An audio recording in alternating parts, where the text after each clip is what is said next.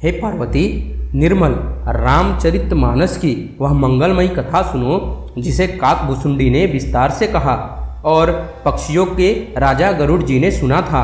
वह श्रेष्ठ संवाद जिस प्रकार हुआ वह मैं आगे कहूँगा। अभी तुम श्री रामचंद्र जी के अवतार का परम सुंदर और पवित्र पापनाशक चरित्र सुनो। श्री हरि के गुण, नाम, कथा और रूप सभी अपार, अगणित और असीम हैं। फिर भी हे पार्वती, मैं अपनी बुद्धि के अनुसार कहता हूँ, तुम आदर पूर्वक सुनो। हे पार्वती सुनो, वेद शास्त्रों ने श्री हरि के सुंदर, विस्तृत और निर्मल चरित्रों का गान किया है। हरि का अवतार जिस कारण से होता है वह कारण बस यही है ऐसा नहीं कहा जा सकता। अनेकों कारण हो सकते हैं और ऐसा भी हो सकता है जिन्हें कोई जान ही नहीं सकता। हे सयानी सुनो, हमारा मत तो यह है कि बुद्धि, मन और वाणी से श्री रामचंद्र जी की तर्कना नहीं की जा सकती। तथापि संत, मुनि, वेद और पुराण अपनी अपनी बुद्धि के अनुसार जैसा कुछ कहते हैं और जैसा कुछ मेरी समझ में आता है, हे सुमुखी, वही कारण मैं तुमको सुनाता हूँ।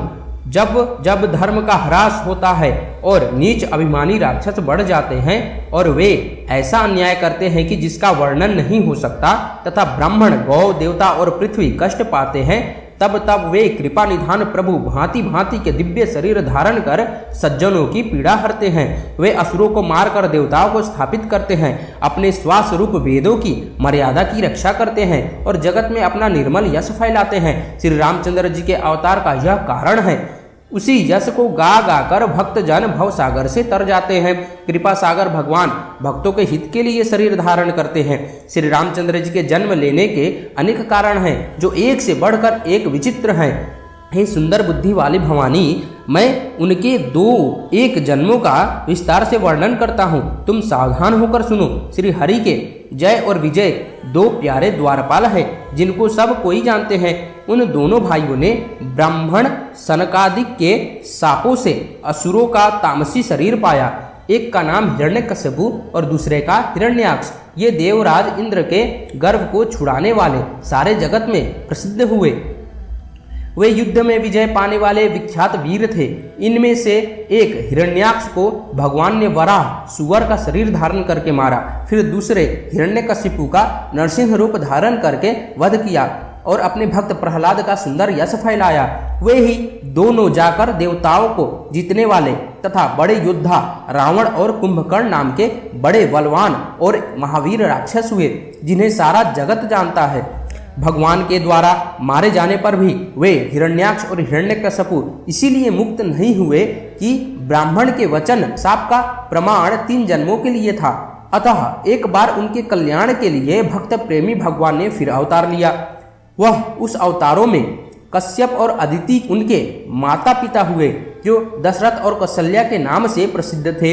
एक कल्प में इस प्रकार का अवतार लेकर उन्होंने संसार में पवित्र लीलाएं की। एक कल्प में सब देवताओं को जलंधर दैत्य से युद्ध में हार जाने के कारण दुखी देखकर शिव जी ने उसके साथ बड़ा घोर युद्ध किया, पर वह महाबली दैत्य मारे नहीं मरता था। उस दैत्यराज की स्त्री परम सती बड़ी ही पतिव्रता थी।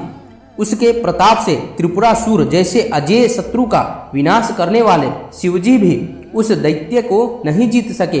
प्रभु ने छल से उस स्त्री का व्रत भंग कर देवताओं का काम किया।